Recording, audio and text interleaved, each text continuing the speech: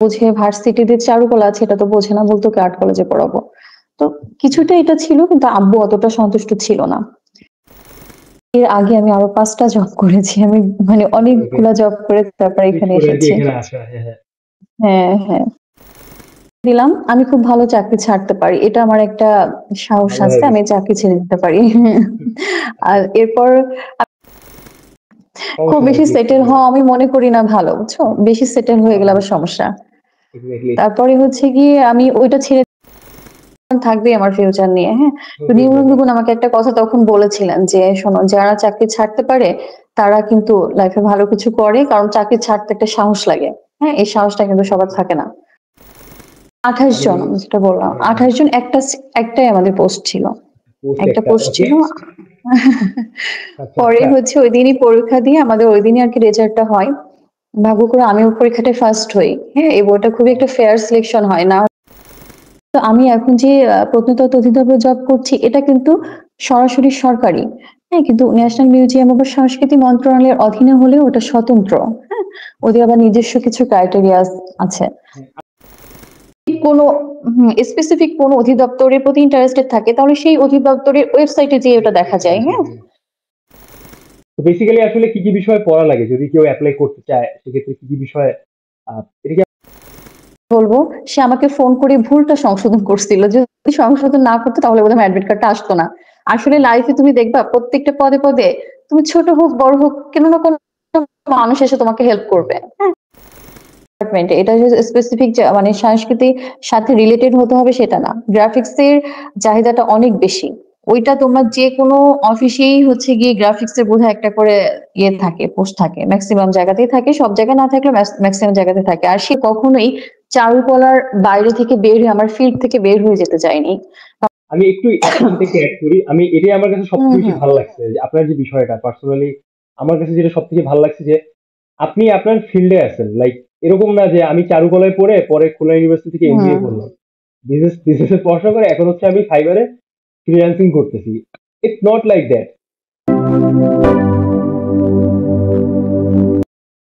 শুভেচ্ছা সবাইকে। আশা করি সবাই অনেক, অনেক ভালো। রহমান মিজ আছে আপনাদের সাথে। সো ডিয়ার ভিউয়ার্স, আজকে যারা যে যেখান থেকে আমাদের দেখছেন, আজকে আমরা খুব ইন্টারেস্টিং একটা ভিডিও নিয়ে এসেছি। আজকে আমাদের সাথে দিদি আছেন।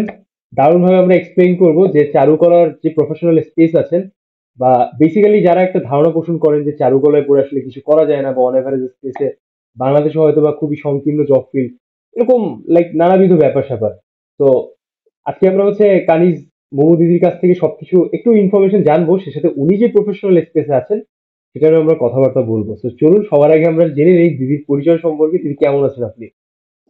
অনেক ভালো আছি বিজয়। তোমাকে অনেক ধন্যবাদ। আপনাকে পেয়ে অনেক বেশি আহ, ভালো ফিল করতেছি, কারণ দীর্ঘ সময় পরে আপনি একটা সময় আমাদের দিয়েছেন। তো দিদি আপনি যদি আমাদের উদ্দেশ্যে বলতেন যে কোথায় আছেন, পড়াশোনা করেছেন কোথায় থেকে, বা এখন কি অবস্থায় দায়িত্ব পালন করতেছেন আর কি আপনার প্রতিষ্ঠানে। Thank you. আমার পুরো নাম হচ্ছে কানিজ ফাতেমা মোমো। আমি খুলনা বিশ্ববিদ্যালয়ে চারুকলার ১ম ব্যাচ ছিলাম, অন-জিরো ব্যাচে। তো খুলনা বিশ্ববিদ্যালয় থেকে চারুকলা কমপ্লিট করে ওখান থেকে আসলে আমি এখন যে কারেন্ট জবটা আমার সেটা হচ্ছে আর্কিওলজি ডিপার্টমেন্টে আমি অ্যাসিস্ট্যান্ট মডেলার হিসাবে আছি। হ্যাঁ? আর এর আগে আমি আরো ৫ টা জব করেছি। আমি মানে ওকে। অনেকগুলা জব করে তারপরে সুইচ এখানে করে আর কি এসেছি। এখানে আসা। হ্যাঁ, হ্যাঁ। হ্যাঁ, হ্যাঁ। তো তো এটা হচ্ছে আমার কারেন্ট জব। এরপরে যদি তুমি জানতে চাও আমি ডিটেইলস আমার প্রিভিয়াস যে জবগুলো আমি করেছি আমি সেটা বলব। না হ্যাঁ, ওইটা কিন্তু কারেন্ট আমরা হচ্ছে হ্যাঁ, ওইটা আমরা আস্তে আস্তে জানবো। বাট তার আগে হচ্ছে হুম, হুম। আমরা কিছু বেসিক বিষয় জেনে নেই যে বাংলাদেশে যে মিউজিয়াম গুলো আছে, জাদুঘর, এখানে কিন্তু বেশ একটা মানে জবের সুযোগ থাকে। তো আমরা কিন্তু আপনাকে দেখেছি যে খুলনা বিভাগীয় যে মিউজিয়ামটা আছে আর কি। তো আমি একটু বেসিক ইনফরমেশন দেই সবাইকে জাস্ট একটু বোঝার সুবিধার্থে। বাংলাদেশের টোটাল মিউজিয়ামের সংখ্যা হচ্ছে ১৫০টি, বেসরকারি, সরকারি প্লাস হচ্ছে স্বায়ত্তশাসিত বা বিশেষায়িত যে মিউজিয়াম গুলো আছে। তো এই সকল হুম, জায়গায় না একটা প্রত্যেক বছর জবের একটা ব্যাপক সার্কুলার বা একটা প্লেসিং থাকে সাধারণত। তো জেনারেলি যারা জানেন না যে এইখান থেকে যে জব গুলো আছে বা যে পোস্টিং গুলো আছে সেখানেও কিন্তু খুব ভালোভাবে একটা দারুণ ইফেক্টিভ ওয়েতে কিন্তু সেই জব গুলো আর কি করা যায়। তো যাই হোক আমি খুব সংক্ষেপে যদি বলি আপনাদের, জাতীয় জাদুঘর যেটা ঢাকায় শাহবাগে অবস্থিত। এটা হচ্ছে সাংস্কৃতিক প্রকৃতি বিভিন্ন বিষয় নিয়ে আছে। প্রত্নতাত্ত্বিক জাদুঘর আছে, প্রাচীন সভ্যতার নানাবিধ ব্যাপার স্যাপার নিয়ে। এটা ময়মনসিংহে আছে, তারপর পাহাড়পুরে আছে, সে সাথে হচ্ছে ময়নামতি, আমরা ৩টা স্পেসে জানি। ঐতিহাসিক ও মুক্তিযুদ্ধ জাদুঘর রয়েছে, যেটা মুক্তিযুদ্ধ জাদুঘর আগারগাঁও অবস্থিত। এটা খুব নতুনভাবে ওয়েল ফার্নিশড ভাবে গোছানো হয়েছে। তো যারা মোটামুটি জানবেন বা দেখবেন কখনো, এটা সরাসরি আপনারা খুঁজে পাবেন। এরপর আমার কিছু ফিক্সড কনটেন্টও আছে। শিল্পকলা ও বিশেষায়িত জাদুঘর আরকি। এটা হচ্ছে জয়নুল আবেদীন সংগ্রহশালা আমরা বলতে পারি উদাহরণ। লোক কারু শিল্প বা লোক কারুশিল্প জাদুঘর। এটা হচ্ছে সোনারগাঁয়ে আরকি অবস্থিত। অন এভারেজ স্পেসে প্রাকৃতিক ও বিজ্ঞান ভিত্তিক বেশ কিছু জাদুঘর রয়েছে, যেগুলো ঢাকায় অবস্থিত। বাট আমাদের ব্যাপারটা এখানে এইটা না। আমরা মূলত আজকে এসেছি একটা প্রফেশনাল স্পেসে কথাবার্তা বলার জন্য, যে এই সকল যে জব বা আছে বা অনেক ফিল্ড আছে, আমরা হয়তো বা পরবর্তীতে অনেক কিছু জানবো। বাট আজকে সরাসরি আমরা দিদির কাছেই শুনবো যে এই যে একটা মানে ভ্রান্ত চিন্তা বা এই যে একটা নেগেটিভ অ্যাসপেক্ট, এটা তো মানুষের কতটা আর কি সমস্যাযুক্ত। সো ইন জেনারেল স্পেসে আমরা সামরিক ও বিভিন্ন ধরনের সামুদ্রিক জাদুঘরও দেখে থাকি, যেটা খুব ইউনিক আর আনকমন, যেগুলো ঢাকার বাইরে চিটাগাং অনেক জায়গায় অবস্থিত। তো বেসিক্যালি হচ্ছে যদি আমরা চাকরির কথাবার্তা বলি, তাহলে জাদুঘরে কিন্তু চাকরির অনেকগুলো সার্কুলার সাধারণত প্রত্যেক বছর হয়ে থাকে। তো তার ভিতরে কিছু স্পেসিফিক যদি সার্কুলার বা পদের কথাবার্তা যদি বলা হয়ে থাকে, যেহেতু আমরা একটা ডিপ ডাইভিং ডিসকাশন করতেছি, পদের কথা বলি। আপনারা দেখেন কতটা ইন্টারেস্টিং পদগুলা, যে কিউরেটর আছেন, গবেষক আছেন, আর্কাইভার আছেন, ডিজাইনার আছেন, ট্যুর গাইড আছেন, প্রশাসনিক কর্মকর্তা, তত্ত্বাবধায়ক আছেন। তো অন এভারেজে 15,000 থেকে শুরু করে 70 বা এরকম টাইপ স্যালারি আর কি সব জায়গায় আছে আর কি। হচ্ছে যখন একজন মানুষ একটা নেগেটিভ মনে করছে, বিষয়টা আর কি কতটা দুঃখজনক। তো আমরা দিদির কাছ থেকে জানবো। দিদি, প্রথম থেকেই জানি দিদি আপনার পড়াশোনার ব্যাকগ্রাউন্ড খুলনা ইউনিভার্সিটি থেকে ছিল। আপনি একদম ফার্স্ট ব্যাচের স্টুডেন্ট। তো জেনারেলি আসলে প্রত্যেকটা টাইম থাকে, প্রত্যেকটা টাইম লাইনে আসলে পৃথিবীর সবকিছুর একটা সিচুয়েশন থাকে আলাদা। তো আপনি ওই টাইমে আপনার মানে যে সিচুয়েশনটা ছিল, আপনি চারুকলায় পড়তেছেন, ভবিষ্যতে কি করবেন, আপনি কেমন বিষয় ফেস করেছিলেন, যদি আমাদের সাথে শেয়ার করতেন। প্রথম ব্যাচে হয় আসলে মানে পরে আমরা জানতাম যে এটা পরে খুব ইন্টারেস্টিং হবে আমরা যখন গল্প করবো যে আমরা ফার্স্ট ব্যাচে ছিলাম, অবশ্যই, কিন্তু অবশ্যই। তখন বিষয়টা এতটা মানে খুব যে ইমপ্রেসিভ ছিল সেটা না, তখন বিষয়টা একটু ঝামেলারই ছিল, কারণ তখন আমরা অতটা কিছু জানি না। আর আমাদের খুলনা বিশ্ববিদ্যালয়ের প্রথম ব্যাচে ক্লাস তোমার শুরু হয় তখন আর্ট কলেজে। হ্যাঁ, ওখানে আমরা খুলনা ইউনিভার্সিটির স্টুডেন্ট, কিন্তু আমাদের ক্লাস হচ্ছে দেখা গেল আর্ট কলেজে, ওখানে 8 মাসের মতো ক্লাস হয়েছিল, কিন্তু আমরা কিন্তু ভার্সিটিতে অ্যাডমিশন দিয়ে কমপ্লিট করে আমরা খুলনা বিশ্ববিদ্যালয়ে পড়াশোনা মানে চান্স পাই। তারপরে যখন আমাদের আর্ট কলেজে ক্লাস হচ্ছে প্রথম 8 মাস, তখন মানুষ আমাদেরকে বলছে ও তো আর্ট কলেজে পড়ে। তো এইগুলো একটা প্রতিবন্ধকতা ছিল, আত্মীয় স্বজনকে এটা বোঝাতে হইতো এখানেই ক্লাস হয়, কিন্তু আমরা আর্ট কলেজে না, আমরা খুলনা ভার্সিটির। তো স্টুডেন্ট এইটার আসলে। প্রথম একটা আমাদের জন্য ডিফিকাল্টিস এটা ছিল। আর তোমার হচ্ছে যে তখন একদমই ধারণা ছিল না যে আমি যে চারুকলা থেকে পড়ে কোন চাকরি করব কি করব। তখন জানতাম যে চারুকলায় পড়া মানে আমি হচ্ছে শিল্পী হব, পরে ছবি আঁকবো এবং তখন শুধু পেন্টিং করব, এরকম একটা বিষয়। কিন্তু টোটালি ওইটাই পড়ে কি ধরনের কি জব করতে পারবো এটা তখন আসলে ফার্স্ট ইয়ারে মাথায় ছিল না। ফার্স্ট ইয়ারে মাথায় ছিল যে ওখানে ক্যাম্পাসটা আমাদের ভার্সিটির মধ্যে আনতে হবে, পরে ওইটা 8 মাসের মধ্যে চলে আসে। তারপরে যখন হচ্ছে প্রথম ওই এই যে কারণে আমার প্রথম 2 সেমিস্টারের রেজাল্টও কিন্তু তখন ভালো হয়েছিল না, কারণ তখন খুবই কনফিউশনের মধ্যে ছিলাম। আত্মীয় স্বজন ওটা ঠিকভাবে এক্সপেক্ট করছে না, কি হবে না হবে। মানে বাবা মা, এখন আমার আম্মু ভীষণ সাপোর্টিভ ছিল সবসময়ের জন্য, আর আমি ছোটবেলা থেকে ভালো ছবি আঁকতাম। তো তো আমার নানিও সবসময় বলতো কে, নানিরা তো বুঝে ভার্সিটিতে চারুকলা আছে এটা তো বোঝে না, বলতো কে আর্ট কলেজে পড়াবো। তো কিছুটা এটা ছিল, কিন্তু আব্বু অতটা সন্তুষ্ট ছিল না।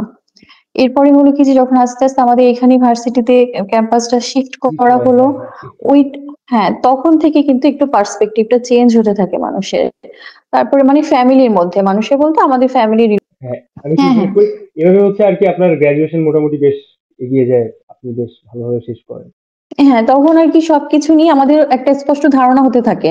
আর তখন আমরা আস্তে আস্তে গুগল করতে থাকি যে কোথায় কি জব করব না করব, সবকিছু আমাদের তখন আস্তে আস্তে আমাদের ধারণাটা ডেভেলপ হতে থাকে। এর আগে কিন্তু আমরা কিছুই জানতাম না, ফার্স্ট ব্যাচে এটা একটা অসুবিধা ছিল। এখন যে জেনারেশন চলে আসছে এরা তো অনেক ফাস্ট, এরা তো জেনেই আসছে। হ্যাঁ, আমরা কিন্তু জেনে গিয়েছিলাম না। এগিয়ে যাওয়াটা আসলে, তো তারপরেও আসলে অনেক বেশি মানে ল্যাকিং বা গ্যাপ সাধারণত থাকে। বাট মুখ্য ব্যাপার হুম। হচ্ছে যখন কেউ চারুকলার গ্রাজুয়েশন পড়াশোনা শেষ করে, তখন সবারই একটা হিড়িক থাকে যে হয় নিজের খরচ মেনটেন করা লাগবে, হয়তো বা দেখা যাচ্ছে যে একটা জব করা লাগবে, প্রমিনেন্ট কিছু যাওয়া লাগবে। ওই ফেজে হচ্ছে তখন আপনি মানে কেমন সমস্যা ফেস করেন, বা জব খোঁজার ক্ষেত্রে আপনি বললেন অলরেডি 5টা জব সুইচ করেছেন। তো আমরা কিছু ইনফরমেশন বা এক্সপেরিয়েন্স জানবো, যেটা হয়তো বা যারা সদ্য পাস করেছে বা যারা হচ্ছে ভবিষ্যতে আসতেছে যদি দেখে থাকে এই পর্যন্ত, তাদের হয়তো বা কিছু কাজে আসবে। আমাদের সাথে যদি শেয়ার করতেন প্লিজ। এখন হচ্ছে কি, হ্যাঁ শিওর, আমার হচ্ছে যে আমার যে খুব প্রেশার ছিল চাকরি করবো সেরকম না, কিন্তু আমার নিজের ধারণা ছিল আমি চাকরি করব, যাই করি না কেন আমাকে ভালো জব করতে হবে। 4-2 পরীক্ষাগুলো দিচ্ছি, 4-2 পরীক্ষা বোধহয় একটা দুইটা বাকি ছিল, তখনই আমি আমাদের খুলনায় শিপইয়ার্ড স্কুলে চারুকলা টিচার হিসেবে জয়েন করি। ওইটা জয়েন করি তখন আমার দুইটা পরীক্ষা বাকি, হ্যাঁ প্রফেশনাল যে সার্টিফিকেট ওইটা দিয়ে আমি ওইটাই জয়েন করি। ওইটা জয়েন করার পর কিন্তু আমি 2 মাস মাত্র ওইটা চাকরি করছি। 2 মাস পর আমার মনে হচ্ছে যে না, এখানেই হচ্ছে গিয়ে আমার হবে না, আমার অন্য আরো কিছু করতে হবে। আছে না মানুষের মধ্যে তো ইয়ে থাকে হ্যাঁ, যে অবশ্যই এটা একটা করছি না এটা। হুম। একটা এইম তো থাকেই, সবার একটা গোল থাকে। হুম। বেটার স্পেসে যাওয়ার আর সবাই চায় একটা বেটার স্পেসে যায় একজন মানুষ। হ্যাঁ, আমি খুব সহজে সেটেল হতে পারি না, আমার একটা সমস্যা। হ্যাঁ, পরে হচ্ছে ওটা খুব সমস্যা নাই, বেশি প্লিজ সেটেল বলুন। হওয়া আমি মনে করি না ভালো, বুঝছো? বেশি সেটেল হয়ে গেলে আবার সমস্যা। এক্স্যাক্টলি। তারপরে হচ্ছে গিয়ে আমি ওইটা ছেড়ে দিলাম। আমি খুব ভালো চাকরি ছাড়তে পারি, এটা আমার একটা সাহস ভালো আছে, হ্যাবিট। আমি চাকরি ছেড়ে দিতে পারি। আর এরপর আমি ঢাকায় চলে আসি। ঢাকায় এসে আমি প্রথম ক্যানভাস ম্যাগাজিন, যেটা মিরপুরে, ক্যানভাস ম্যাগাজিন বেশ পরিচিত, হ্যাঁ শুনেছো নিশ্চয়ই। হ্যাঁ, ক্যানভাস অবশ্যই। ম্যাগাজিন আমি 1 মাস ওখানে জব করি বিউটি সেকশনে। ক্যানভাস ম্যাগাজিনে 1 মাস জব করার পর হচ্ছে আমি লাইভ ফ্যাশন ওয়্যার নামে একটা ফ্যাশন হাউসে ঢুকি। এটা হচ্ছে তোমার বনশ্রীতে মেরাদিয়া বাজারের ওখানে। ওখানে আমি ফ্যাশন ডিজাইনার হিসেবে জয়েন করি। ওখানে প্রায় 3 মাস জব করি। ওই জবটা আমার বেশ ভালো লাগছিল, কারণ ওখানে তো তোমার ডিজাইনিং এর ব্যাপার ছিল তো। তো ওইটা আমি খুব এনজয় করছিলাম। করতে করতেও তারপর মনে হলো না এই জবটা করলে হবে না, আমার আরো কিছু দেখতে হবে। হ্যাঁ, এরপর ওইটা করতে করতে আমি তখন ন্যাশনাল মিউজিয়ামে জয়েন করি তখন আমি। ওইটা কিন্তু পার্মানেন্ট না, ওইটা ডেইলি বেসিসে ইয়ে করে স্যালারি আর ঢুকেছিলাম, কি। প্রজেক্টের মতো ছিল আর কি। হ্যাঁ, কত ওইটাই। বছরের প্রজেক্ট ছিল? হুম। কত বছরের প্রজেক্ট ছিল, মানে প্রজেক্ট ডিউরেশন টাইম লাইনটা কত সময় ছিল? ওইটা প্রায় 18 মাসের ছিল। আচ্ছা। 18 মানে মাসের ছিল, আমি 18 মাস করি নাই, আমি 8 মাস পরে ওই চাকরিটা ছেড়ে দিয়েছিলাম। হুম, ওইটা হচ্ছে গিয়ে আপনার 6 মাস ছিলাম হচ্ছে আমি ন্যাশনাল মিউজিয়ামে শাহবাগে, ওখানে ছিলাম। তারপরে হচ্ছে আমার ওইখান থেকে বদলি হয়ে আমি আহসান মঞ্জিলে চলে যাই। আহসান ন্যাশনাল মিউজিয়ামটা কিন্তু আমি এখন যে প্রত্নতত্ত্ব অধিদপ্তরে জব করছি এটা কিন্তু সরাসরি সরকারি। হ্যাঁ, কিন্তু ন্যাশনাল মিউজিয়াম আবার সংস্কৃতি মন্ত্রণালয়ের অধীনে হলেও ওটা স্বতন্ত্র। হ্যাঁ, ওদের আবার নিজস্ব কিছু ক্রাইটেরিয়া আছে, হ্যাঁ, আমি যেটা যেটা বললাম একটু আগে যে ওরা। স্বায়ত্ত শাসিত হুম। বা দেখা যাচ্ছে যে হ্যাঁ। বিশেষায়িত যে জায়গাগুলো আর কি, ওটা হয়তো বা ওর ভিতরে। হুম হুম হুম।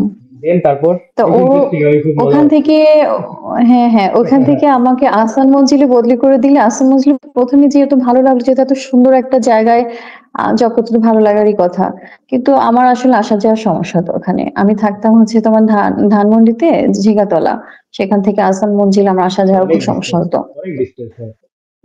অনেক ডিস্টেন্স। পরে হচ্ছে ওই চাকরিটা আমি ছেড়ে দিই। ওই চাকরিটা আমি কাউকে না, বাসায় কাউকে না বলে ছাড়ি। কারণ আমার বাসা থেকে তখন যখন দেখছে যে আমি একের পর এক চাকরি সুইচ করছি, হ্যাঁ? আর একা, একা মেয়ে মানুষ ঢাকায় থাকছি। যদিও আমার বড় বোনের বাসা ছিল ঢাকাতে, তারপরও আমি ঝিগাতলা একটা মহিলা হোস্টেলেই থাকতাম। হুম। পরে বাসা থেকে বলল যে তুমি এটা ছেড়ো না। কারণ ন্যাশনাল মিউজিয়ামের জব, এটা তো ভালো জব। এটা মানে তোমার 18 মাসের ইয়ে, পরে এটা পার্মানেন্ট হয়ে যাবে। তোমার এক্সটেন্ড ফিউচার করবে এখানে আর ভালো কি। হবে। তো বাসা থেকে এগুলো শোনার পরও আমি বাসায় না বলেই আমি চাকরিটা ছেড়ে দিই, বুঝছো? আচ্ছা। চাকরি ছেড়ে দিয়ে আমি সরাসরি খুলনায় চলে আসি। খুলনায় চলে যাওয়ার পর আমি ভাবলাম যে একটা IELTS এর প্রিপারেশন নিয়ে বাইরে যেয়ে মাস্টার্স তো করবো। আমি কিন্তু মাস্টার্স কমপ্লিট না করেই জব শুরু করছিলাম, বুঝছো? হ্যাঁ, তো তখন একটু IELTS এর প্রিপারেশন নিতে থাকি। ওই টাইমে আবার টুকটাক জবেরও আমি দেখতে থাকি কোথায় কি করা যায়। আর আমার একটা ইয়ে ছিল, আমি কিন্তু কখনোই চারুকলার বাইরে থেকে বের হয়ে, আমার ফিল্ড থেকে বের হয়ে যেতে চাইনি। কারণ এটাই সব অনেকে থেকে আছে বেশি না আমার চারুকলা থেকে। কাছে। হ্যাঁ, আমি একটু এখানটা একটু অ্যাড করি। আমি এটাই আমার কাছে হুম সবথেকে বেশি হুম ভালো লাগছে যে আপনার যে বিষয়টা পার্সোনালি আমার কাছে যেটা সবথেকে ভালো লাগছে যে আপনি আপনার ফিল্ডে আছেন। লাইক এরকম না যে আমি চারুকলায় পড়ে পরে খুলনা ইউনিভার্সিটি থেকে হুম। এমবিএ করলাম। বিজনেসে পড়াশোনা করে এখন হচ্ছে আমি ফাইবারে ফ্রিল্যান্সিং করতেছি। It's not like that. আমি আমার হুম। ফিল্ডে আছি, আমি নিজেকে ওইভাবেই প্রতিষ্ঠিত করার চেষ্টা করতেছি। হ্যাঁ, হয়তো আমার স্যালারি ছোট বা আমার রেঞ্জ ছোট, বাট আস্তে আস্তে বড় হবে। এটাই হওয়া উচিত হ্যাঁ, আসলে। এটাই প্রত্যেক। হওয়া উচিত। এক্স্যাক্টলি। Then what happened? না হলে আমার আমার হচ্ছে গিয়ে তোমার, আমি অনেকেই আছে তুমি যেটা বললে এমবিএ করছে বা অন্য সাবজেক্ট, ইংলিশও মানে মাস্টার্স করছে, করে তোমার টিচার হয়ে যাচ্ছে, প্রাইমারি শিক্ষক হচ্ছে, মানে অনেক কিছু এর মধ্যে হয়েছে। কিন্তু আমি সবসময় ওটা মাথায় রেখেছি যে আমি কখনো আমার ফিল্ড থেকে বের হয়ে যাব না। যেটা আমার ফিল্ড, আমি আমার ফিল্ডেই থাকবো। হুম, হুম। তারপরে হচ্ছে আমি পেপার টেপার এগুলো দেখতে থাকি যে চারুকলার উপর আসলেই কোনো জব আছে কিনা। হ্যাঁ, সরাসরি চারুকলার রিকোয়ারমেন্ট একটা দিয়ে কোনো রিসার্চ করা আরকি। হ্যাঁ, চারুকলার হ্যাঁ, রিকোয়ারমেন্ট সার্কুলার আসছে কিনা। তখন আমি হঠাৎ করে প্রত্নতত্ত্ব অধিদপ্তরে একটা সার্কুলার দেখলাম যেটা হচ্ছে তোমার চারুকলা রিকোয়ারমেন্ট দিয়ে। এখানে আমি দেখছি এছাড়াও আমার হচ্ছে গিয়ে একজন স্যার ছিলেন, উনি সচিব ছিলেন ওই সময় কালচার মিনিস্ট্রি। আমি ওনার সাথে ওইটা নিয়েও কথা বলছিলাম, স্যার এটা তো এরকম। হ্যাঁ, উনি আমার পরিচিত ছিলেন। আমি এর মধ্যে কবি নির্মলেন্দু গুণ ছিলেন, ওনার মাধ্যমে আমার পরিচিত ছিলেন উনি। তো নির্মলেন্দু গুণ আমাকে খুব ভালোবাসতেন। উনিও আমাকে সবসময়ের জন্য খুব এনকারেজ করতেন। যেটাই করছি আমি যখন আমার চাকরিগুলো ছেড়ে দিই ন্যাশনাল মিউজিয়ামে ওই সময় তো ফ্যামিলি কি না বলে যেহেতু চাকরিটা ছাড়ি, ফ্যামিলি পরে কিন্তু খুব একটা সন্তুষ্ট হয় না। যেহেতু ওরা তো কনসার্ন থাকবেই আমার ফিউচার নিয়ে, হ্যাঁ? তো স্বাভাবিক নির্মলেন্দু ব্যাপার। গুণ আমাকে একটা কথা তখন বলেছিলেন যে, "শোনো যারা চাকরি ছাড়তে পারে তারা কিন্তু লাইফে ভালো কিছু করে। কারণ চাকরি ছাড়তে একটা সাহস লাগে। হ্যাঁ? এই সাহসটা কিন্তু সবার থাকে না। তো তুমি এটা চাকরি ছাড়ছো বলে যে এটা সবকিছু শেষ হয়ে গেছে তা না। তুমি পরবর্তী নিশ্চয়ই আরো ভালো কিছু করতে পারবা।" না, এরপর এটাই আমি একটা যখন কথা আমার আছে যে every step has a new beginning আরকি। এই যে নিউ হ্যাঁ, বিগিনিং সেটাই। এর কথা আছে। এটাই আসলে ব্যাপার। দেন কি হয়? তোমাকে সাহস দেখাতে হবে। সাহস না দেখালে কিছু হবে না। হয়তো এটা সাহস অবশ্যই। দেখালে কিন্তু আমি তুমি ফেইল করলে এটাও ব্যাপার না। ফেইল হবে। জীবনে ফেইল হওয়াও কোনো বিষয় না। আমি এই জিনিসটার উপর অনেক বিশ্বাস করি। তো যাই হোক, দেন তারপর কি হয় আপনার পরবর্তীতে? তারপরে হচ্ছে আমি ওনার সঙ্গে কথা বললাম, "স্যার এরকম একটা সার্কুলার দিয়েছে এটা কেমন হবে?" বলছে, "এটা তো বেশ ভালো। এটা তোমাদের চারুকলারই ফিল্ডে ওইটা দিয়ে দেখতে পারো।" আর ওইটা আমি জাস্ট অ্যাপ্লিকেশন করি। অ্যাপ্লিকেশন করার পরে ওদের হয়তো কোনো ইন্টারনাল কোনো সমস্যার কারণে ওইটার পুরো পরীক্ষাটাই বন্ধ হয়ে যায়। হ্যাঁ? তো আমিও ওটার কথা একদম ভুলে যাই। আমি যখন সার্কুলার মানে ইয়ে করছি আমি অ্যাপ্লিকেশন করছি এটাই আমি ভুলে যাই। আমি আচ্ছা। ওর মধ্যে আইএলটিএস করছি, আইএলটিএস কমপ্লিট করছি। তারপর আমি বাইরে যাওয়ার চেষ্টা করতেছি ওই টাইমে। তখন হঠাৎ করে হচ্ছে গিয়ে আমার আর্কিওলজি থেকে একটা ফোন আসে যে আমি এপ্লাই করছি আমার অ্যাডমিট কার্ড মানে ওখান থেকে আমার অ্যাডমিট কার্ডে সম্ভবত কোনো একটা ভুল হয়েছিল, হ্যাঁ?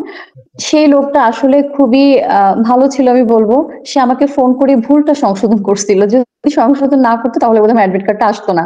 আসলে লাইফে তুমি দেখবা প্রত্যেকটা পদে, পদে তুমি ছোট হোক, বড় হোক কেন না কোনো মানুষ এসে তোমাকে হেল্প করবে। হ্যাঁ? এটা মানে ঠিক, এটা খুবই সত্যি। অযাচিত ভাবে হুম, আপনাকে এটা মানে কোনোভাবে হয়ে যায়। হেল্প আর আমি করে না দেয়। যাই হোক, হ্যাঁ, হ্যাঁ, পুশ করে দেয়। হয়তো তুমি আশাও করছো না হুট করে কোথা থেকে আসলো। আমিও কলটা আশাও মেসিং করি নাই। হুট করে এসে ব্যাপার-স্যাপার তারপর আরকি। হ্যাঁ, পরে আমি ওনাকে ওইটা ফোনে ঠিক করে দিলাম। উনি বলল যে, ঠিক আছে আমরা আপনাকে অ্যাপ্লিকেশনটা পাঠাবো, অ্যাডমিট কার্ড পাঠাবো।" হ্যাঁ? পরে আমার অ্যাডমিট কার্ডটা আসে। আসার পর ওইখানে পরীক্ষা দিতে আমি ঢাকায় যাই। ওটা ২৮ জন ছেলে-মেয়ে মাত্র পরীক্ষা দিতে আসছিল। আরো অনেকে অ্যাপ্লিকেশন করছিল। যেহেতু এটা অনেক ডিলে হয়, হ্যাঁ? যে কারণে অনেকেই হয়তো আমি যেরকম ভুলে গিয়েছিলাম, ভুলে গিয়েছি বা হয় না যে মানে চাকরি হয়তো অ্যাটেনডেন্স পেয়ে ছিল না গেছে হয়তোবা। অ্যাপ্লিকেশন করতে। হ্যাঁ, অ্যাটেন্ড ছিল না। কতজন সংখ্যক স্টুডেন্ট আরকি মানে অ্যাপ্লিকেশন করেছে? অ্যাপ্লিকেন্ট কত ছিল? কোন নাম্বার কি মনে আছে উম আপনার? ২৮ জন আনুমানিক? যেটা বললাম। হ্যাঁ, হ্যাঁ। ২৮ জন একটাই আমাদের পোস্ট ছিল। পোস্ট একটা একটা। পোস্ট ওকে। ছিল। আচ্ছা, পরে আচ্ছা। হচ্ছে ঐদিনই পরীক্ষা দিয়ে আমাদের ঐদিনই আরকি রেজাল্টটা হয়।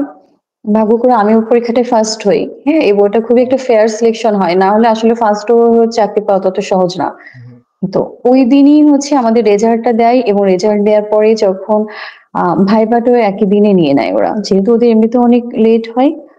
ভাইভাতে যাওয়ার পরে আমাকে ১ম এই হচ্ছে গিয়ে বলছিল যে, "আপনার ভয়েস অনেক সুন্দর। আপনি একটু আবৃত্তি করে শোনান।" আচ্ছা, আচ্ছা। মানে একদম এটা আমাকে অনেক হেল্প করছিল জানো? এটা আমি খুব ইজি হয়ে গেছিলাম। হুম, মানে হুম। হঠাৎ করে ১ম এ যাওয়ার পরে দেখা গেল প্রশ্ন-টশ্ন করতে থাকলে হয়তো এমনি সারাদিনই ক্লান্তি। সকাল ১০ টায় আসছি।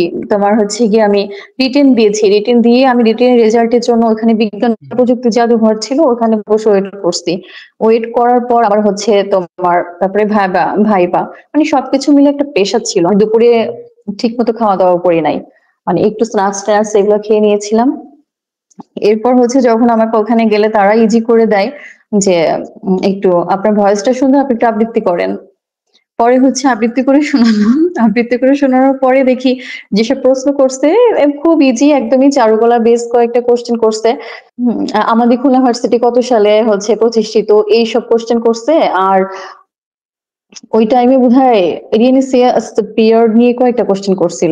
তো তখন তো সবকিছুই বলছিলাম। কোন কিছু আমার মনে হয় না যে একটাও আমি ইয়ে মানে করছিলাম। কনফিডেন্টলি আরকি সবকিছু তারপর অ্যান্সার করেছিলেন। হ্যাঁ, উত্তর দিয়েছিলেন। হুম, হুম। ওই যে বললাম না ইজি হয়ে গিয়েছিলাম, যে কারণে আমার জন্য সহজ হয়েছিল বিষয়টা অনেক। এরপর হ্যাঁ, এরপর আমাকে জিজ্ঞেস করছিল যে আপনি যে পোস্টে এপ্লাই করেছেন, হ্যাঁ মডেলার পোস্টে, এই পোস্ট সম্পর্কে কি আপনার কোনো ধারণা আছে? আমার আসলেই তেমন কোনো ধারণা ছিল না এই পোস্ট সম্পর্কে। ধারণা থাকার কথাও না, ছবি জয়। স্বাভাবিক ব্যাপার। হ্যাঁ, আমি দেখেছি মডেলার, হ্যাঁ মডেলার বলতে এখন আমরা তো, তুমি স্কাল্পচারে ছিলা? হ্যাঁ, আমি স্কাল্পচারে ছিলাম। তুমি কি মডেলারটা আসলে কি? যদি আমাদের ভিউয়ারদের উদ্দেশ্যে একটু আপনি সংজ্ঞা দিতেন। হ্যাঁ, ওইখানে এগুলো অবশ্য একটু আমি এটা বুঝতে। খুব একটা বলতে পারি নাই, হ্যাঁ। পরে উনারাই আমাকে বুঝিয়ে দিয়েছিল আমার পোস্টটা সম্পর্কে, যে মডেলিংটা হচ্ছে যে আমাদের বিভিন্ন যে নিদর্শনগুলা, আর্কিওলজির মূল কাজটা হচ্ছে বিভিন্ন নিদর্শনের সংরক্ষণ করা। এখন অনেক নিদর্শন আনা হচ্ছে, সেটা দেখা গেল যে ভঙ্গুর অবস্থায় আছে বা থাকছে না, নষ্ট হয়ে যাবে, ওটা রেপ্লিকা করা। মূল মডেলারের কাজটাই হচ্ছে জাস্ট রেপ্লিকা, এটা ছাড়া কিছু, এটা তোমাদেরই পোস্ট, এটা ভাস্কর্য ডিপার্টমেন্টেরই পোস্ট। আচ্ছা। অনেক স্টুডেন্ট হয়তো বা যদিও জানে ওখানে না যে আসলে মডেলার হিসেবেও আর কি বাংলাদেশে অনেক মিউজিয়াম গুলায় প্রত্যেক বছর হয়তো বা কোনো পোস্ট হয়, বা এটা আসলে খুবই জানার আসলে ব্যাপার জবের ক্ষেত্রে যারা চায় হ্যাঁ, হ্যাঁ, রাইট, প্রফেশনাল চুজ করতে। রাইট। এটার জন্য কি কোনো মেটেরিয়ালস ইউজ হয় সাধারণত? কোনো আর্টিফ্যাক্ট করার জন্য কি ওইটা কোনো মানে মেটেরিয়ালস ইউজ হয়? আপনারা কোন টাইপের মেটেরিয়ালস ইউজ করেন সাধারণত? যে কস্ট। ম্যাটেরিয়ালস এ তোমার আর্টিফ্যাক্টটা থাকে সাধারণত সেই ম্যাটেরিয়ালসই ইউজ করতে হয়। ম্যাটেরিয়ালস ইউজ করো, তুমি তো জানোই, তুমি যদি ভাস্কর্যের স্টুডেন্ট তাহলে তো তুমি এক্স্যাক্টলি ওটা পাবা না। রেপ্লিকা কিন্তু এক্স্যাক্টলি হতে হবে, কিছুই আলাদা হওয়া যাবে না। হ্যাঁ, ওইটাই মূল মডেলিং এর কাজটা। এটা কিন্তু যেহেতু ওখানে পোস্টে কোনো ডিপার্টমেন্ট ভাগ করা ছিল না, শুধু চারুকলা রিকোয়ারমেন্ট ছিল, যে কারণে আমার ওখানে পরীক্ষা দেওয়া।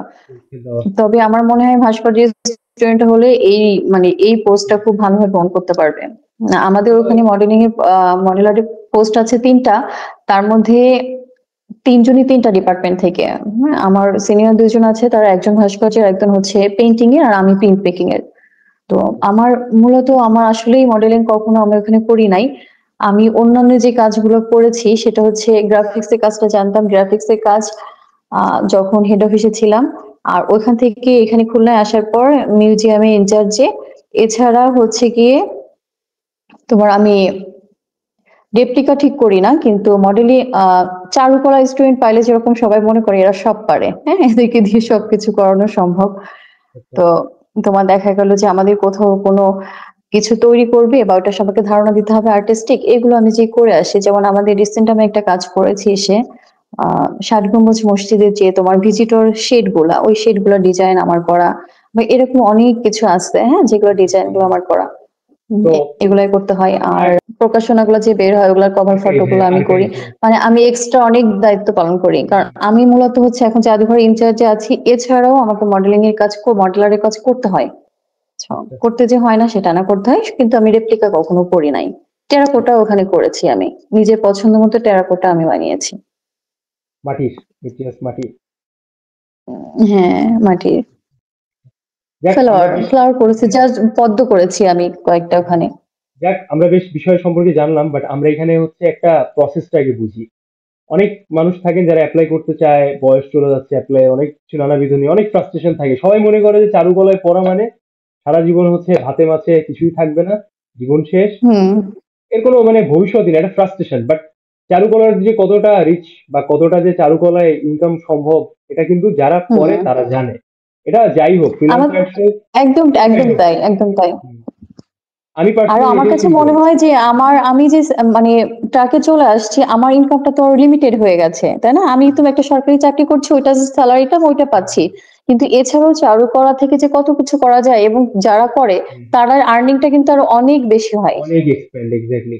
দিদি খুব ভালো একটা কথা বলেছেন। So, আমরা একটু প্রসেস সম্পর্কে জানবো যে সাপোজ কেউ গ্রাজুয়েশন পাস করলো, এখন সে জবে অ্যাপ্লাই করবে। তো তাকে কেউ হয়তো হুম, ধারণা দিল যে আপনি মিউজিয়াম বা এই প্রত্নতত্ত্ব বিষয় রিলেটেড কোনো জবে আপনি আসতে পারেন। তো সবার আগে আমি এই যে কোশ্চেনটা জানতে চাচ্ছি যে বাংলাদেশের সাংস্কৃতিক মন্ত্রণালয় আছে, আর একটা হচ্ছে আপনার আপনি যে বললেন প্রত্নতত্ত্ব অধিদপ্তর। তো এদের প্রত্নতত্ত্ব আন্ডারে অধিদপ্তর ও সংস্কৃতি মন্ত্রণালয়ের অধীনে। বেসিক্যালি যে সার্কুলার গুলো হয় এগুলো কোথায় কোথায় পাওয়া যেতে পারে, অনলাইন অফলাইন? তোমরা হচ্ছে কি, আমি এটা পেপারে দেখেছিলাম, আমারটা আমি পত্রিকায় দেখেছিলাম, পত্রিকা থেকে করা, কিন্তু তোমরা এটা অনলাইনে তো পেতেই পারো। আর কেউ হ্যাঁ, যদি স্পেসিফিক কোনো অধিদপ্তরের প্রতি ইন্টারেস্টেড থাকে, তাহলে সেই অধিদপ্তরের ওয়েবসাইটে যেয়ে ওটা দেখা যায়, হ্যাঁ। গিয়ে দেখাটাই সব থেকে বেটার। এবং ওখানে তোমার হচ্ছে গিয়ে হেল্পলাইনের নাম্বারও দেওয়া থাকে, কথা বলা যায় সরাসরি। আর ওটা যেটা বললাম যে কোনো স্পেসিফিক অধিদপ্তর সম্পর্কে কারো ইন্টারেস্ট থাকলে বিভিন্নভাবে অধিদপ্তরে খবরটা নেওয়া যায়, সরাসরি যেও খবর নিতে পারে।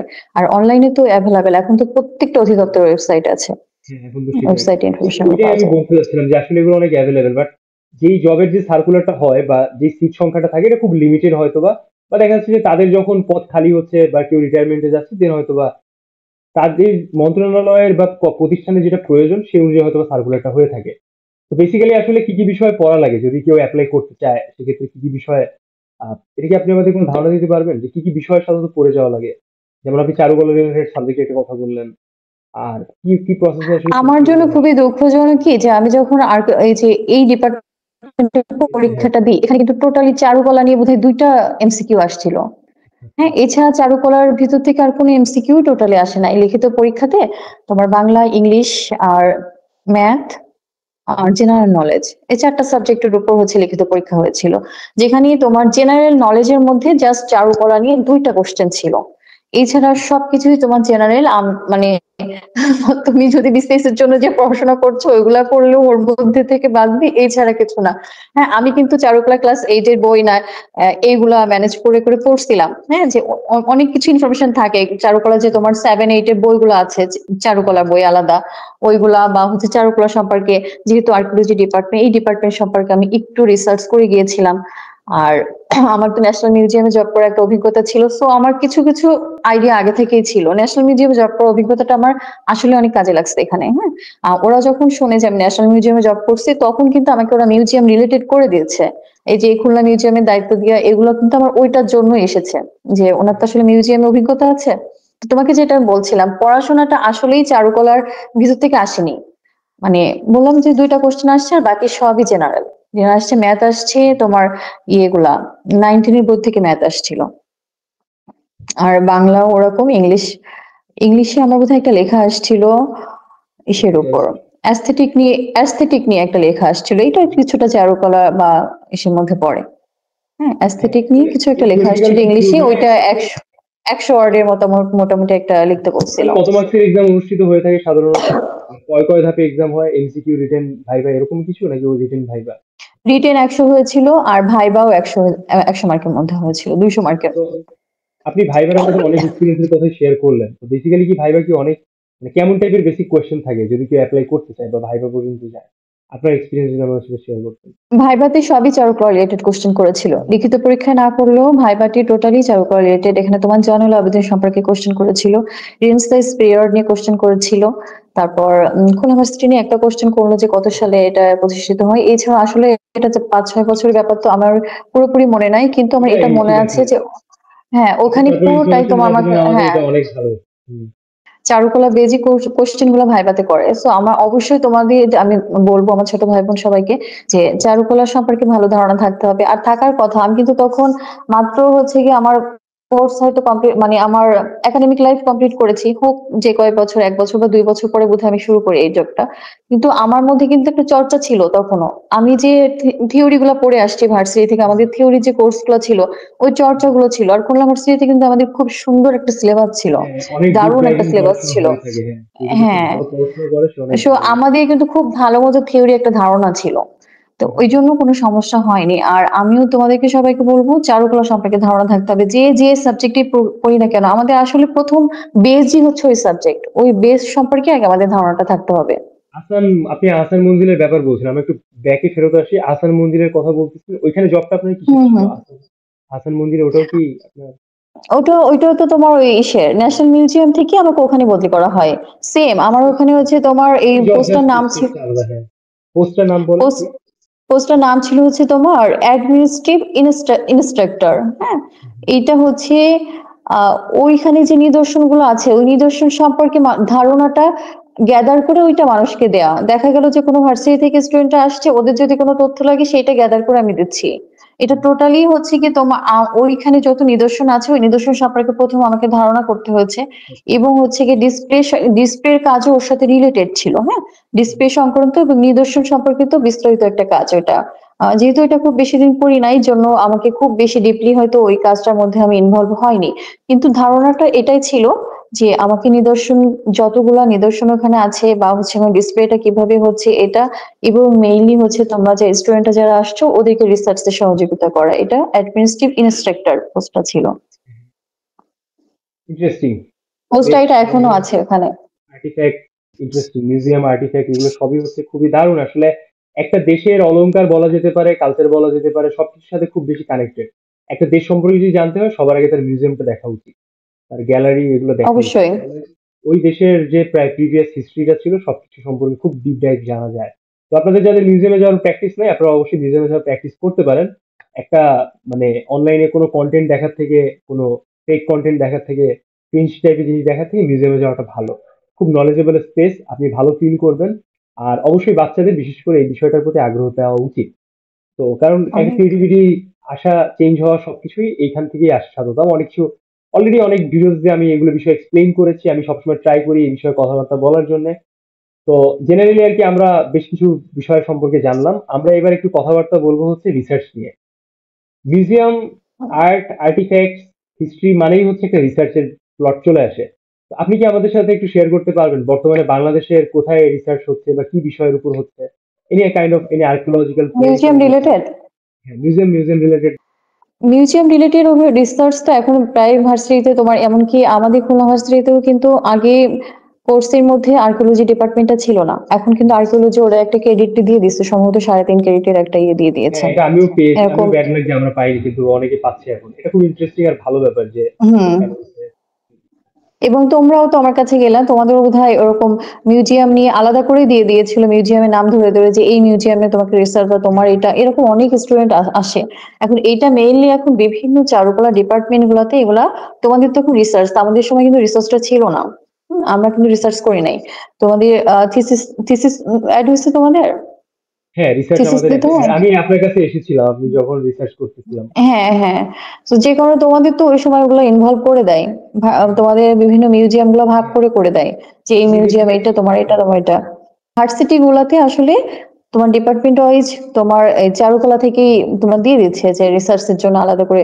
আর আমাদের ভার্সিটিতে তো ডিপার্টমেন্টে ক্রেডিটই দিয়ে দিয়েছে, 3.5 ক্রেডিট একটা সাবজেক্টই করে দিয়েছে, যেগুলো আগে ছিল না। এখন অনেক আমাদের সময় যেটা ছিল যে এতটা কোনো কিছু আমরা জানতাম না। তোমরা খুব লাকি যে এখন এটা নিয়ে আলোচনা হয়, কথা হয়, বার্তা হয়, তোমাদের আলাদা করে সাবজেক্ট দিয়ে দিচ্ছে, তোমরা অনেক কিছু জানছো। আমি তো আর্কিওলজি ডিপার্টমেন্ট সম্পর্কে আমার কোনো ধারণাই ছিল না, জানতাম আর্কিওলজি বাংলাদেশে আছে, যে ভাবতাম যে এরা বোধহয় শুধু মাটি খোঁড়ে। এছাড়া ওইভাবে করে আর কোনো ধারণা ছিল না যে এরা মাটি খোঁড়ে আর কি করবে। কিন্তু এদের যে ডিপার্টমেন্টের মধ্যে কত কিছু হয়, হ্যাঁ, আসলে একটা অনেক রিচ একটা ডিপার্টমেন্ট আমি বলবো বাংলাদেশ আর্কিওলজি। এমনি আর বেসিক্যালি মিউজিয়াম। যে, হ্যাঁ এমনি হচ্ছে আপনার কোনো মানে এই ফিল্ড ওয়ার্ক টাইপের কোনো স্পেসে, যেমন কোনো রিসেন্ট কি কোনো গবেষণা হচ্ছে এটা নিয়ে, বা কোনো প্রতিষ্ঠান আছে প্রাইভেট বা গভর্নমেন্ট বা নন ফান্ডিং প্রতিষ্ঠান যারা এটার উপর রিসার্চ করে বা কাজ করতেছে অলরেডি? না, আমাদের এখানে কোনো গবেষণা হচ্ছে না, যদিও আমি একটা গবেষণার জন্য আমি প্রস্তাব দিয়েছিলাম। দেখি আমার এই প্রস্তাবটা হচ্ছে ওরা অ্যাপ্রুভ করে কিনা। প্রস্তাবটা দিয়েছিলাম কি, আমাদের যে নিদর্শনগুলো আছে জাদুঘর গুলাতে, এই নিদর্শনগুলা যে তথ্য, পুরোপুরি তথ্যটা কিন্তু দেখা গেল অনেকে এসে, আমার আর্কিওলজি থেকে একজন টিচার আসছে বা চারুকলা থেকে একজন টিচার আসছে, তারা এক একজন এক এক রকম ভাবে দেয় একটা নিদর্শনে। তোমার এটা কত আগের, এটা একজন আর্কিওলজিস্ট তার ইয়ে করে, পরীক্ষা করে, তার যে সায়েন্টিফিক ওয়ে গুলো আছে সে কিন্তু একটা ধারণা দিতে পারে, কিন্তু একজন আর্টিস্টও কিন্তু এই আর্টটা তোমার কি ধরনের সেটা দেখে বলতে পারে এটা কোন পিরিয়ডের। হ্যাঁ, এটা কিন্তু একজন আর্টিস্টও পারে। তো হ্যাঁ, এটার একটা এরকম ক্যারেক্টার কিছু আছে, হ্যাঁ, হ্যাঁ, ক্যারেক্টারিস্টিক এই এই আছে। ক্যারেক্টারিস্টিক দিয়ে কিন্তু বোঝা যায় যে এই ক্যারেক্টারিস্টিকটা তো এই পিরিয়ডে এসে পারে নাই, হ্যাঁ, তাহলে এটা কিভাবে এই পিরিয়ডে হলো। তো এরকম কিছু আমাদের ক্যাপশনে কিছু সমস্যা ছিল, যেটা আমার চারুকলা খুলনা ইউনিভার্সিটির একজন টিচার এসেও বলছিল, বা ঢাকা ইউনিভার্সিটি সঞ্জয় স্যার নামে একজন স্যার আসছিল, পুরো নামটা আমি সরি ভুলে গিয়েছি, সম্ভবত সঞ্জয় চক্রবর্তী। উনি আসছিলেন, উনিও কিছু এরকম ভুল ধরেছিলেন। তারপরে আমি চিন্তা করলাম তাহলে যদি আমাদের এটা একটা গবেষণা হয়, গবেষণায় একজন চারুকলা টিচার থাকলো, একজন আর্কিওলজি টিচার থাকলো, বা হচ্ছে গিয়ে একজন স্টুডেন্ট থাকলো, থেকে আমরা দিয়ে যে নিদর্শনগুলো, এই নিদর্শনের সঠিক যে তথ্য বা সঠিক আমরা যে লেবেলিংটা করছি এটা সব ক্ষেত্রে সঠিক না, হ্যাঁ, এইটা বের করা যে একটা গবেষণা, এটার জন্য আমি একটা গবেষণা প্রস্তাব দিয়েছি খুবই যাতে করে ভালো আমি একটা সবাইকে আইডিয়া ইনভলভ আর করতে পারি। ব্যাপার ছিল। এটার এখন অবস্থা কতদূর? এটা কি আদৌ কার্যকরী হবে নাকি পেন্ডিং অবস্থায় আছে? দেখি এটা আসলে আমি পাঠিয়েছি, কতদূর অবস্থায় আছে, হ্যাঁ পেন্ডিং অবস্থায় তো আছে। হুম, খোঁজ নিতে হবে আর কি। আচ্ছা। বেশ ইন্টারেস্টিং। আমরা এবার একটু স্টাডি রিলেটেড কথা নিয়ে আলোচনা করি। বাংলাদেশে অনেক ইউনিভার্সিটি আছে, সেখানে হয়তোবা আর্ট, হিস্ট্রি অনেক কিছু নিয়ে পড়াশোনা করানো হয়ে থাকে। পার্টিকুলার হ্যাঁ, সাবজেক্টের আন্ডারে। তো আপনি কি আমাদের একটু বলতে পারবেন যে যদি কেউ আগ্রহ থাকে এরকম আর্টিফ্যাক্টস এর উপরে, তো তাদের কি কোনো স্পেসিফিক ইউনিভার্সিটি আছে যেখানে তারা এরকম সাবজেক্টে পড়াশোনা করতে পারে আর্কিওলজিক্যাল বিষয়ের উপরে? এই পার্টিকুলার বিষয়ের উপর যাদের আগ্রহ আছে তারা এরকম সাবজেক্টে পড়াশোনা করতে পারে। কোন ধরনের পার্টিকুলার বিষয় যেগুলো তোমার মিউজিয়াম, আর্কিওলজিক্যাল টাইপ আর্টিফ্যাক্টস এগুলা। আর্কিওলজি সাবজেক্ট বোধহয় বাংলাদেশের কয়টা ভার্সিটিতে আছে, তো জাহাঙ্গীরনগর ভার্সিটিতে, আর আরেকটা ভার্সিটিতে আছে। জাহাঙ্গীরনগর ভার্সিটি ছাড়াও আরো একটা না, আরো দুইটা ভার্সিটিতে আছে, হ্যাঁ। ওই দুটো ভার্সিটির নাম মনে করতে পারছি না, কিন্তু বাংলাদেশের মোট তিনটা ভার্সিটিতে হচ্ছে কি আর্কিওলজি ডিপার্টমেন্টটা আছে। আর মিউজিওলজি হচ্ছে জাহাঙ্গীরনগর ভার্সিটির একটা ডিপার্টমেন্টের মধ্যেই একটা ক্রেডিটের মতো হয়ে আছে, হ্যাঁ, মিউজিওলজি সাবজেক্টটা কিন্তু পুরো ডিপার্টমেন্ট না। হ্যাঁ, আমি যতদূর জানি, আমার যদি ভুল না হয়। আর আর অন্য কোনো ভার্সিটিতে এইভাবে করে এই স্পেসিফিক হ্যাঁ, এটা সাবজেক্ট গুলো এটা নিয়ে খুব সম্ভবত সংক্ষিপ্ত। নাই। না, এটা স্বাভাবিক, এটা খুব খুব সংক্ষিপ্ত। সংক্ষিপ্ত। আর এগুলো আসলে হচ্ছে কি যে সবার আসলে আগ্রহটা কম থাকে, কারণ এটা অনেক লেন্দি, প্লাস আগ্রহের একটা ব্যাপার থাকে সময়ে সবকিছু অনুযায়ী। তো মোটামুটি আজকে আমরা একটা কমপ্লিট ধারণা পেলাম যে একটা প্রফেশনাল ফিল্ডে আসলে যারা এই পার্টিকুলার এরিয়ায় জব করতেছে বা যারা আছেন তারা এইরকম জায়গায় আসলে কিভাবে আছেন, পদ সংখ্যা মোটামুটি সবকিছু আমরা কভার করেছি, অ্যাপ্লাই প্রসেস সব। তো দিদিকে আমি থ্যাংকস জানাবো, বাট শেষে আমি কিছু কোশ্চেন করব, যেটা তারপরে হচ্ছে আমরা হয়তো আমাদের পডকাস্ট শেষ করব। খুবই সংক্ষেপে দিদি আমাদের খুব তার মূল্যবান সময় দিলেন, তার প্রতি আমরা আবার না কৃতজ্ঞতা না, প্রকাশ করছি। তো বেসিক্যালি আমি যেটা জানতে চাচ্ছি যে সাধারণত যখন আপনি জবের অ্যাপ্লাই শুরু করলেন, আপনি আর কোন কোন স্পেসিফিক চারুকলার সেক্টরে অ্যাপ্লাই করতে চেয়েছিলেন? যেহেতু আপনি বললেন যে আপনি চারুকলার ফিল্ডেই আসলে থাকতে ফিল্ডে চান, থাকো। তো ওই হিসাবে আর কি আসলে আমাদের সাথে যদি শেয়ার করতেন। আমি আসলে ওই সময় চারুকলা বা আলাদা করতে চাইনি। আমি ওই সময় চারুকলা ফিল্ডে থাকবো, সেটা যেভাবেই হোক চারুকলা রিলেটেডই কাজ করতে হবে আমাকে, এটা আমার মাথায় ছিল যে কোনোভাবে চারুকলা থেকে যেন বের হয়ে না যায়। কিন্তু ওইটা আমার মাথায় ছিল না যে আমি যে পেন্ট মেকিং এর কিছু স্পেসিফিক কাজ থাকে, বা পেন্টিং এর কিছু স্পেসিফিক কাজ থাকে, বা হচ্ছে তোমার ভাস্কর্য যেটা থাকে, ওইটা আমার মাথায় ছিল না। কিন্তু আমি আমার যখন এই ডিপার্টমেন্টে আসছি একটু ইন্টারাপ্ট তখন তো করি, আমি আমার বুঝেছি। প্রশ্নটা, হ্যাঁ, আমার প্রশ্নটা ছিল কি যে আপনি লাইক যখন কোথাও অ্যাপ্লাই করলেন, বললেন না যে মিউজিয়ামে আপনি অ্যাপ্লাই করেছেন, এই টাইমে কি আপনি আরো অন্য কোথাও অ্যাপ্লাই করেছিলেন যে চারুকলা রিলেটেড ফিল্ড বা এই টাইপের হয়তো বা অন্য কোনো প্রফেশনাল স্পেস আছে জবের, না না, এরকম? এটা আমি আর কোথাও অ্যাপ্লাই করি নাই, ওইটা আর হ্যাঁ। করি নাই। তো এটি কি আপনি আমাদের সাথে শেয়ার করতে পারেন যে বাংলাদেশের গভর্নমেন্ট যে প্রতিষ্ঠানগুলো আছে আর কোথায় কোথায় এরকম, বা সাচ এজ লাইক যে চারুকলা রিলেটেডই স্পেস সেখানে জব করা যেতে পারে, বা জব রিলেটেড সার্কুলার দিয়ে থাকে কোনো পার্টিকুলার এরিয়া, সাংস্কৃতিক মন্ত্রণালয়ের আন্ডারে বা শিল্পকলার আন্ডারে কোনো এরিয়া? হ্যাঁ, শিল্পকলাতে আছে আমাদের ন্যাশনাল মিউজিয়ামের আন্ডারে যতগুলো জাদুঘর আছে, সম্ভবত বরেন্দ্র মিউজিয়াম ও ন্যাশনাল মিউজিয়ামের আন্ডারে। তোমার তারপর হচ্ছে ন্যাশনাল মিউজিয়ামের আন্ডারে যেগুলো জাদুঘর আছে সবগুলো ডিসপ্লে অফিসার নামে একটা পোস্ট আছে, ওটা সরাসরি চারুকলার পোস্ট। আমার পোস্টটা তো, আমি যেখানে জব করেছি ওই পোস্টটাও চারুকলারই রিকোয়ারমেন্ট ছিল। এছাড়া তোমার মেনলি ডিসপ্লে অফিসার, তারপর কিউরেটরও কিন্তু অনেক সময় চারুকলার টোটালি দিয়ে দেয় যে এটা চারুকলারই মানে রিকোয়ারমেন্ট থাকে। আর এটা বাংলাদেশে তো যতগুলো মিউজিয়াম আছে এখানে চারুকলার স্পেসটা অনেক বেশি। তোমাদের ছোট যারা আছে, তোমাদের বন্ধু বান্ধব যারা, এদেরকে যেটা বলবা যে মিউজিয়াম রিলেটেড জব গুলাতে বা যতগুলো মিউজিয়াম আছে প্রত্যেকটা মিউজিয়ামে কিন্তু চারুকলার তোমার পোস্ট থাকে। আলাদা আলাদা ফিল্ড স্পেস থাকে আর কি। হ্যাঁ, ইন্টারেস্টিং। একদমই চারুকলার অন পোস্ট থাকে। এভারেজ, আর অন হচ্ছে, এভারেজ, হ্যাঁ হ্যাঁ, আর বলেন প্লিজ। আর আর্কিওলজিতে তো আছেই। আর হচ্ছে এছাড়া চারুকলা থেকে বাইরে যে এখন তোমার ঢাকা ইউনিভার্সিটির সম্বন্ধে গ্রাফিক্স আছে না তোমাদের? Graphics design. গ্রাফিক্স আছে, গ্রাফিক ডিজাইনের পোস্ট তোমার প্রত্যেকটা ডিপার্টমেন্টে, এটা যে স্পেসিফিক মানে সংস্কৃতির সাথে রিলেটেড হতে হবে সেটা না, গ্রাফিক্স এর চাহিদাটা অনেক বেশি। ওইটা তোমার যে কোনো অফিসেই হচ্ছে গিয়ে গ্রাফিক্স এর বোধহয় একটা করে ইয়ে থাকে, পোস্ট থাকে, ম্যাক্সিমাম জায়গাতেই থাকে, সব জায়গায় না থাকলে ম্যাক্সিমাম জায়গাতে থাকে। আর শিল্পকলাতে, শিল্পকলাতে অনেক বড় অপরচুনিটি থাকে চারুকলার। এছাড়া এরকম অনেক অপরচুনিটি যে নেই তা না, অনেক অপরচুনিটি আছে, ধরতে হবে। তো এটাই আসলে ফ্যাকচুয়াল জায়গা যে আসলে একজন পার্সনের আসলে ইন্টারেস্টটা কোথায়, যদি সে চারুকলায় পড়াশোনা করে এখন বের হয়ে হতাশ করলে সেটা হতাশাই হবে।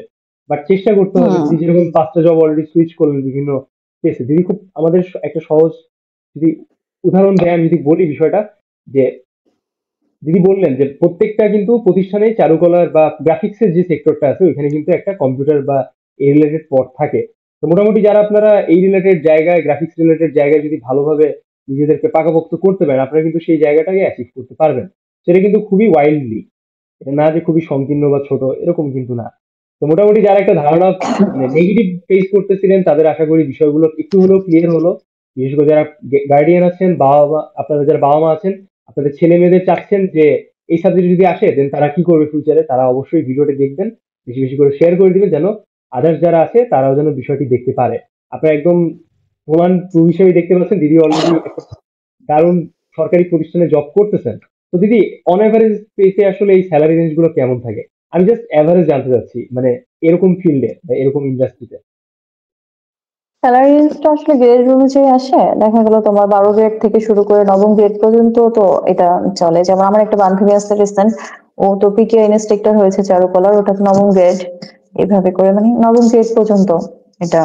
অন তারপরে এভারেজ প্রমোশন হাইয়েস্ট। হওয়ার তো বিষয় থাকে, হ্যাঁ প্রমোশন হওয়ার তো ব্যাপার থাকে, পরে সেটা পরে। কিন্তু তোমার হচ্ছে কি প্রথম জয়েনিং এ তুমি 9ম গ্রেড পর্যন্ত চাকরি পাওয়া তো ইজি। আর প্রচুর টিচিং প্রফেশন আছে, টিচিং প্রফেশনে চারুকলার টিচার হিসেবে জয়েন করা যায়। অনেক হিউজ সুযোগ আর এখানে আসলে। হ্যাঁ, তারপরে খুলনায় যেটা আছে তোমাদের ইডেন কলেজে কিন্তু চারুকলার পোস্ট আছে। হ্যাঁ, হ্যাঁ। তারপর খুলনায় হচ্ছে কলেজিয়েট স্কুল এন্ড কলেজ, যেটা ওইখানেও চারুকলার পোস্ট আছে টিচার হিসাবে। তো তো বেশি এগুলো কলেজ টিচার হিসেবে তোমার 9ম গ্রেড যেগুলো আছে পর্যন্ত ওগুলো তো স্যালারি রেঞ্জ ভালো থাকে। অন এভারেজ হাইয়েস্ট প্রমোশন টমোশন দিয়ে সর্বোচ্চ সর্বোচ্চ কত যেতে পারে? অনেকের ডাউট 6 থাকে আসলে। পর্যন্ত যাওয়া যাবে, 6 পর্যন্ত যাওয়া যাবে গ্রেড। 60,000 মানে অনেক হিউজ একটা অ্যামাউন্ট বর্তমান টাইম অনুযায়ী। তো হুম। খুব ইন্টারেস্টিং আসলে যে একটা ক্রিয়েটিভ ফিল্ডে পড়ে আপনারা চাচ্ছেন এরকম প্রতিষ্ঠিত একটা প্রতিষ্ঠানে হয়তো বা কেসে যাওয়া বা ইয়ে, মানে নিজেদের ক্যারিয়ারকে প্রতিষ্ঠিত করা। এমনি আপনার এখন প্ল্যানটা হুম। কি আসলে, যে আপনি মানে লাইক মানে এখন কি বিদেশ যেতে যাচ্ছেন নাকি এটা জবই কন্টিনিউ করবেন? আমি শুনেছি প্ল্যান বললে নাকি প্ল্যান সাকসেসফুল হয় না। তারপরও আমি বলবো যে আমি হচ্ছে যখন লাস্ট আমি গেছিলাম আসলে আপনি তখন আইএলটিএস এর বই পড়তেছিলেন, আমি দেখতেছিলাম দেখতে হ্যাঁ, পাচ্ছি। হ্যাঁ। আমি সেটেল না। এখন আমি সেটেল না। আমি বলব যে আমি এখনো সেটেল না। আমার এখনো আরো প্ল্যান আছে। তুমি যেটা বললে আরো কিছু প্ল্যান আছে। না, এটা খুব ভালো বলেছেন যে আসলে একটা কথা বললে ওটা হয়তো বা সেটেল হয় না, কিন্তু ওটা মনে মনে রাখাটা ভালো, হ্যাঁ। নজর লেগে যায়। প্ল্যানিং হয় কি আমাদের, এটা কিন্তু হিউম্যান ব্রেন ওইটা কাজ করে। তুমি যখন কোনো প্ল্যান করবা ওইটা যদি তুমি সবাইকে বলো তাহলে তোমার ব্রেন ধরে নেবে কাজটা কমপ্লিট হয়ে গেছে। তখন তোমাকে আর আচ্ছা। ব্রেন ওই কাজটা করতে তোমাকে পুশ করবে না। হ্যাঁ? যে কারণে আমি মনে করি প্ল্যান গুলো একটু কিছুটা হলেও সাইড যতদিন করা উচিত। তুমি একটা মিডল পর্যায়ে না যাও ওটা মানে এখন আমার প্ল্যান কমপ্লিট হয়নি। হুম। তো নতুনদের উদ্দেশ্যে আপনি যে কি বলতে বিষয়টা। চাচ্ছেন, যে যারা চারুকলা আসলে পড়তে চায় বা পড়তে আসতেছে, তাদের উদ্দেশ্যে কি আপনি কিছু বলতে চাচ্ছেন? সরি বুঝতে পারি নাই। যারা হুম, চারুকলায় পড়তে যারা চারুকলায় পড়তে আসতে চায় বা পড়তেছে, তাদের উদ্দেশ্যে কি আপনি কিছু বলতে চান? ওয়েলকাম। Always welcome. চারুকলার মতো একটা সুন্দর সাবজেক্ট আমার তো মনে হয় যে যে আসে না মাঝে মাঝে যে এখনো যদি ব্যাকে যাই কোন সাবজেক্টে পড়বো, চারুকলা ছাড়া দ্বিতীয় কোনো সাবজেক্ট আমি এখন চিন্তা করতে পারি না যে আমি ব্যাকে গেলে আবার আমি চারুকলা থেকে শুরু করব। আমার লাইফে যা কিছু আমি মনে করি আমি চারুকলা থেকেই আমি অর্জন করেছি। তো আমার কাছে চারুকলার মতো সুন্দর সাবজেক্ট এখন পর্যন্ত একটাও মনে হয় না। এটা যে আমি খুব বেশি যদি বায়াস হয়ে যায় আমার কিছু করার নাই, কিন্তু আমার নিজের সাবজেক্টটা আমার এতটাই ভালো লাগে। হ্যাঁ। আর আমি বলবো যারা মানে আসলেই অনেকেই থাকে তোমার ছোটবেলা থেকে হাতের আর্ট ওয়ার্ক খুব ভালো থাকে।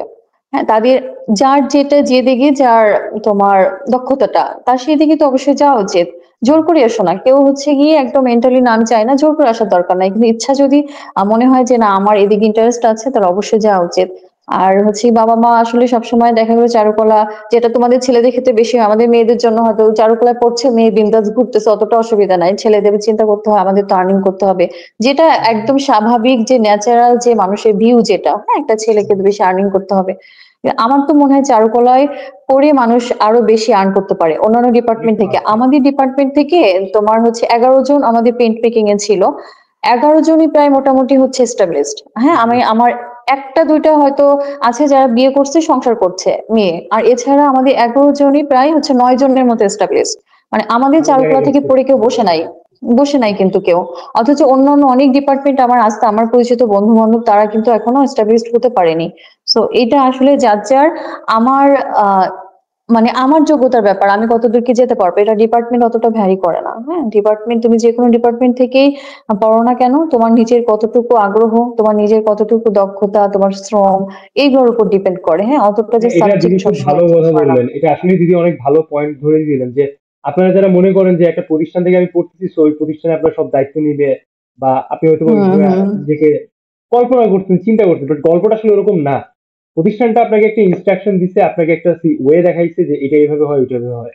বাট আপনি আপনার লাইফে কি করবেন, কোনটায় আপনার ইন্টারেস্ট আছে, কোনটা আপনার জন্য সুইটেবল, এটা নিজে থেকে আপনাকেই বের করে নেওয়া লাগবে। সেটা হচ্ছে একদম। আপনি any kind of place, any kind of work, আসলে আপনি কি চাচ্ছেন নিজের লাইফে। তো দ্যাটস ওয়াই এটা আসলে আপনাকেই ফিক্স করতে হবে, আপনাকেই স্থির করতে হবে। তো মন স্থির করা বলি বা প্রফেশনাল স্পেসে যাওয়ার কথা বলি, তো এটা হচ্ছে মেইন ফ্যাক্টর। দিদি আমি একটা লাস্ট কোয়েশ্চেন আপনার কাছে আস্ক করতে চাচ্ছি যে আপনার লাইফে সব থেকে মানে লাইফ লেসনটা কোনটা ছিল, মানে আমাদের সাথে যদি শেয়ার করতেন রিয়েল লাইফ লেসন, যেটা হয়তো বা আপনাকে বারবার করে অনেক ইন্সপায়ার করেছে, কোনো পজিটিভ কিছুতে মোটিভেট করেছে, কোনো মানুষের কথা ইন্সপায়ার বা আমি আমি অলওয়েজ বলবো লাইক আমার আপনি কোন মানে কোনো পয়েন্ট আউট ভিউ, মানে এই যে আপনি বললেন না যে আপনি কোনো কিছু প্রকাশ করতে অপছন্দ করেন, আপনি জবে স্টেবল থাকতে পারেন, অনেক সুইচ করেছেন, তো এরকম কোনো কিছু আছে যেটা আপনি বারবার স্মরণ করতেছেন, মনে করতেছেন যে হ্যাঁ এটা হয়, এটা এভাবে আমার এভাবেই আগানো উচিত? any words, any sentences or any actions or any kind of like কোনো, মানে আমি কি বলবো যে কোনো যে কোনো কিছু আর কি, কোনো ঘটনা ইভেন্ট হুম যেটা হয়তো না আপনাকে আসলে বারবার করে। ওরকম কোনো না ওরকম নির্দিষ্ট কোনো ঘটনা আসলেই নাই। হ্যাঁ, না থাকলে কিভাবে বলবো। কিন্তু আমি সবসময় যেটা মাথায় রেখেছি যে আমি পড়াশোনা করছি, আমি বসে থাকবো না কখনোই। কোনো অবস্থায় বসে থাকবো না এবং নিজে অবশ্যই কিছু করব। বিয়ে করে হাজবেন্ডের পরিচয়ে পরিচিত হওয়া বা বাবার পরিচয়ে পরিচিত হওয়া আমার এমন না যে আমি কিন্তু জব না করলে আমার ফ্যামিলি থেকে কেউ কোনো চাপ দিবে না, তুমি জব করছো না কেন, কিছু করবে না। কিন্তু হচ্ছে যে আমি অবশ্যই সবসময় চাই যে আমার নিজের একটা পরিচয় তৈরি হোক। আমি নিজে যে একটা ইন্ডিভিজুয়াল একজন পার্সন, সেই ইন্ডিভিজুয়ালি আমার একটা পরিচয় তৈরি হোক, এটা সবসময় চেয়েছি। আর যেটা আমি প্রচন্ড রকম ইমোশনাল, আমার অনেক সময় মনে হয়েছে যে ইমোশনালি হয়তো আমি মানে এটা ছেড়ে দিচ্ছি, ওটা করব, এটা করব। কিন্তু আমার এন্ড অফ দ্য ডে আমার মনে হয় আমার সিদ্ধান্ত সবসময় সঠিক। হ্যাঁ, তো এই কনফিডেন্টও আমার সবসময় কাজ করে, এটা সবার থাকা উচিত। মানে নিজেকে যদি তুমি সবসময় ব্লেম করো তাহলে সমস্যা, নিজেকে ব্লেম করা যাবে না, নিজের উপর নিজের বিশ্বাস থাকতে হবে। এটাই এটাই আসলে গল্প যে যখন কোনো প্রতিষ্ঠান জিরো থেকে শুরু করে তখন কিন্তু তারা অনেক বড় লেভেলে যায়, যে কোনো প্রতিষ্ঠান সেম টু সেম ওই প্রতিষ্ঠানের সাথে কানেক্টেড যে পার্সন আছে তার ক্ষেত্রেও। তো হুম গল্পটা আসলে এটাই, মানুষ নিজেকে যত বড় ভাবে তুলে ধরতে পারে, কল্পনা করতে পারে, কনফিডেন্টটা সেভাবে আসে। আর মানে এখানে যদি আমি একটা সিকোয়েন্সের কথা বলি, আমাদের আজকে যে আজটা হচ্ছে বা আমরা আজকে যে কাজটা করতেছি, আমরা যেই মোটিভ নিয়ে, যেই আচরণ নিয়ে, যেই ব্যবহার নিয়ে, যেই গেস্টার পোস্টার নিয়ে আমরা করতেছি, সবার আগে হচ্ছে বিষয়টা কিভাবে কাজ করে। আমরা কোনো কিছু দেখতেছি, সেটা আমাদের মাথায় ইনপুট হচ্ছে, ইনপুট হওয়ার পর ওটা আমরা চিন্তা করি, ওটা আমরা বিভিন্ন সেক্টর চিন্তা করি, চিন্তা করার পর আমরা হয়তোবা কেউ আরেকজনের কথা ব্যাস হয়ে যায়, কেউ হয়তোবা ওই জিনিসটাকে চিন্তা করে একটা পজিটিভ আউটকাম বের করি, যেটাকে আমরা ভিজুয়াল বলি। দেন ওইটার আউটকাম আসার আগে আমরা অনেক অপশন দেখি যে কি কি আছে না আছে, দেন ওই অপশনটাই হচ্ছে আমাদের থিঙ্কিংটাকে একদম স্টেবল করে। এভাবেই হচ্ছে মানুষের মানে একটা কাজের যে ব্যাপ্তিটা আছে সেটা তৈরি হয়, মানুষের যে একটা অবস্থাটা আছে সেটা আরো বেশি পরিমাণে ফ্লারিশ হয়। এটা এনি কাইন্ড অফ প্লেসের ক্ষেত্রে। ফর এক্সাম্পল আমি আজকে একটা কলম কিনতে যাচ্ছি, তো এই কলমের বৈশিষ্ট্য বিষয় কি আছে না আছে এগুলো সবকিছুই দেখে দেখে শুনে সুখে সুখে মানে শুনে শুনে আর কি। তো দিদি থ্যাংক ইউ সো মাচ আপনাকে, আপনি অনেক দীর্ঘ সময় আপনাদের আমাকে আমাদের দিলেন আর কি, আমাদের সবার উদ্দেশ্যে। আমরা দিদির জন্য অনেক শুভকামনা করি। আর অবশ্যই হচ্ছে আপনার প্রতিষ্ঠানে গেলে দেখা হবে। আর অনেক ধন্যবাদ। খুব তাড়াতাড়ি হচ্ছে আমাদের এই নেক্সট এপিসোডটা আপলোড হচ্ছে, সবাই দেখবেন আর কমেন্ট বক্সে জানাবেন, সাবস্ক্রাইব করবেন চ্যানেলটিকে। তো দিদি আপনার কাছ থেকে আমি বিদায় নিব, অনেক অনেক ধন্যবাদ, কৃতজ্ঞতা প্রকাশ করছি, শুভেচ্ছা আপনার জন্য। ওকে বিজয়, তোমাকে অনেক ধন্যবাদ আমাকে ডাকার জন্য। আমি